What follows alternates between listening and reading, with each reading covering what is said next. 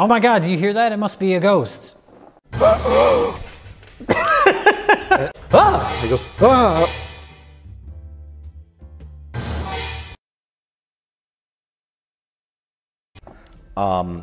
I want to make a horror movie that takes place in a house, and it's called The Inside. There we go. I'm done. Inside. I'm done. That's perfect. Let's go. You keep the trailer really vague so people say, ooh, what's happening here? And then they watch the movie and it turns out that nothing happens. No, here's the trailer. Like a dark hallway. A light bulb goes on. Yeah. Camera dollies past the door. Door closes. Someone goes, show a house. The Inside. Block text. Yeah. That's it. Turns out someone's living in the walls. What? Oh my God! Boom. $48 million from a $1.2 million budget. And it's not even teenagers anymore, like that go into the creepy house. Now it's some kind of like, you know, it's a lady and her son. Sure.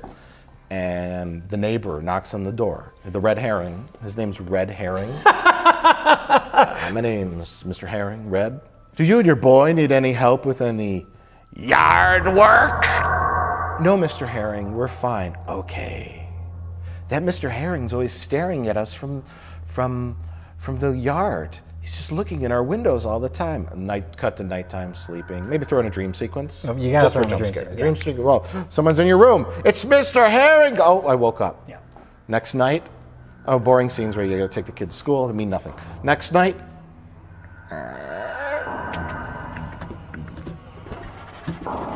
sounds.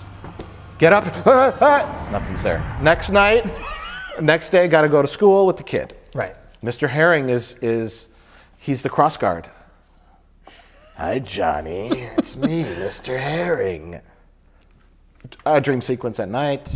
More intense one, slightly more intense one. You have to have it up the ante a little bit so it gives us the illusion that something's happening in the movie. Yeah, right, yes. Sure.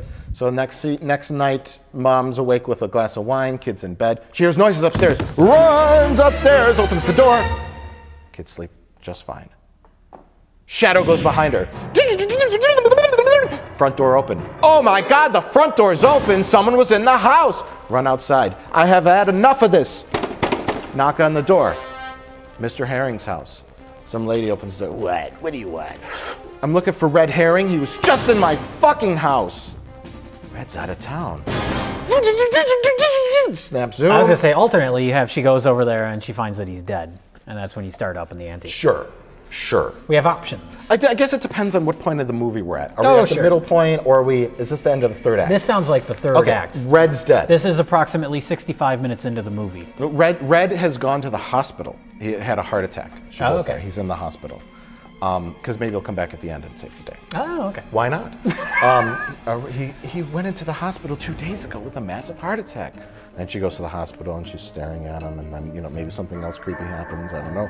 But then she goes home. Something in the parking lot of the hospital. Parking lot of the hospital, yeah, that's good. It's in the parking lot, it's creepy, the lights are flickering, the fluorescent lights, and she thinks she sees someone behind a car. And then she goes and looks behind the car, there's no one there. To continue with the paranormal message, or the paranormal ruse of the film, and then she gets home and she discovers her trunk was open. Boy in the walls jumped in the trunk, went with her to the hospital to scare her in the parking lot. Okay. Then, of course, in the end, boy in the wall. There's a boy in the wall!